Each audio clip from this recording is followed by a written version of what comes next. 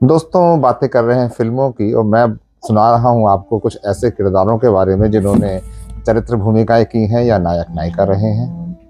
एक लड़की जिसे आप लोग शायद नहीं जानते होंगे, और वो पहले एयर होस्टेस थी और फिर फिल्म इंडस्ट्री में आ गई। किसी से मुलाकात हुई उसकी प्लेन में और उस डायरेक्टर ने उसे फिल्मों में आने का न्योता दे दिया।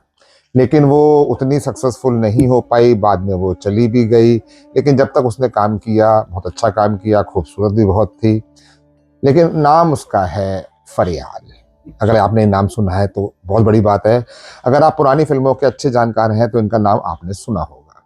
3 नवंबर 1945 को सीरिया में फरियाल का जन्म हुआ था। फरियाल के पिता एक भारतीय थे और माँ एक सीरियन थी। फरियाल का शुरुआती जीवन सीरिया में गुजरा था, मगर बाद में इनके माता पिता भारत आ गए थे।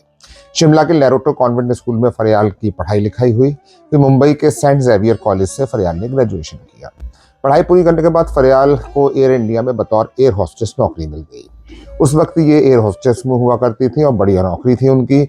एक दिन फ्लाइट में फरियाल की मुलाकात फिल्मालय के संस्थापक शशिधर मुखर्जी साहब से हुई। शशिधर मुखर्जी फरियाल की पर्सनैलिटी और खूबसूरती से बहुत प्रभावित हुए। उन्होंने फरियाल से उनकी पर्सनैलिटी की तारीफ की और पूछा कि क्या आप फिल्मों में काम करना चाहेंगी। मुखर्जी साहब की वो बात सुनकर फरियाल बेहद खुश हुई।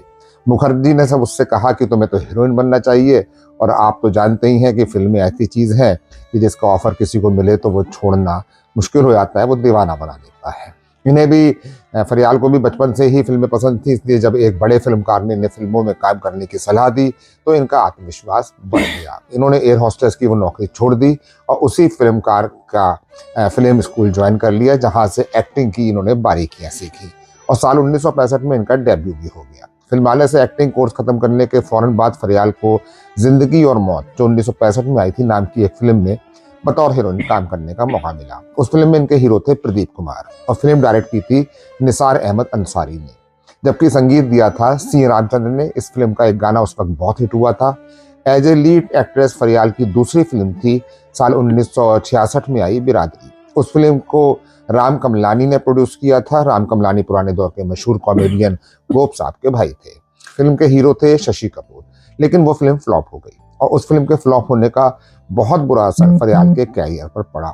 उस फिल्म के असफल होने से इनके कैरियर पर जो असर पड़ा, तो 2 फिल्मों के बाद ही बतौर हीरोइन इनका कैरियर खत्म हो गया। वैसे तो कुछ छोटे बजट की फिल्मों में इन्होंने बतौर हीरोइन का काम किया था, लेकिन वो भी ज़्यादा नहीं चल सकी और इन्हें अंदाज़ा हो गया था कि ये टॉप हीरोइन नहीं बन पाएंगी।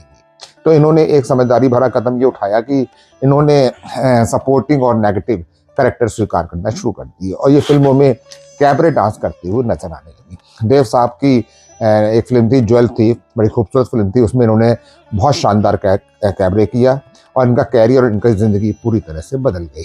इनके पास काम की कोई कमी नहीं रही। ज्वेल थीफ के बाद कैबरे डांस वाली ढेरों फिल्में इन्हें ऑफर होने लगी, जबकि इन्होंने अपने फिल्म में कभी भी कैबरे डांस सीखा नहीं था। डांस करना भी इन्हें पसंद नहीं था।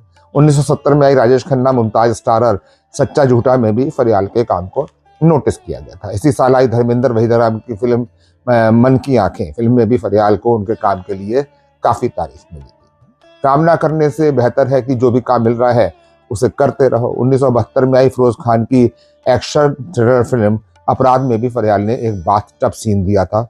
वो सीन तब बहुत चर्चा में रहा था। फिर एक वक्त ऐसा आया कि फरियाल को एहसास हुआ कि इससे पहले कि फिल्म इंडस्ट्री उन्हें पूरी तरह से नकार दे, नज़रअंदाज करना शुरू कर दे, वो खुद ही फिल्म इंडस्ट्री को छोड़ दे और फरियाल ने फिल्मों में काम ना करने का फैसला कर लिया। उनकी आखिरी बड़ी फिल्म थी 1979 में आई द गोल्ड मेडल, जिसमें उन्होंने जितेंद्र की गर्लफ्रेंड का किरदार निभाया था। ये action thriller film Ravikant Nagaich ने डायरेक्ट की थी। फिल्म में धर्मेंद्र, राखी, शत्रुघ्न सिन्हा, मालती, बिंदु और डेविड जैसे कलाकार थे। फरहाल ने अपने बॉयफ्रेंड मनमोहन से शादी कर ली थी। इस तरह उनका नाम हो गया था फरियाल मनमोहन। शादी के बाद फरियाल उनके पति इजराइल चले गए और वहीं बस गए। फिल्म इंडस्ट्री से फरियाल पूरी तरह से गायब हो गई, मगर अब वो जीवित हैं कि नहीं इसकी कोई जानकारी मिलती नहीं है, क्योंकि कई सालों से शादी करने के बाद वो जब इजराइल चली गई और वहीं पर शिफ्ट हो गई, उसके बाद से उनकी कोई भी मीडिया में खबर नहीं है। फिल्म इंडस्ट्री से उनका कोई कनेक्शन नहीं रहा है। अब वो किस स्थिति में है इसके बारे में किसी को कुछ नहीं पता है। तो ये फरियाल की कहानी थी कि वो हमारी हिंदी फिल्म इंडस्ट्री की सिल्वर स्क्रीन पर खूब दमदार तरीके से चमकी और फिर अचानक से गायब हो गई। जैसे सितारों का हाल होता है। तो ये थी फरियाल की कहानी। अगली बार हम आपसे किसी और किरदार के बारे में मिलेंगे।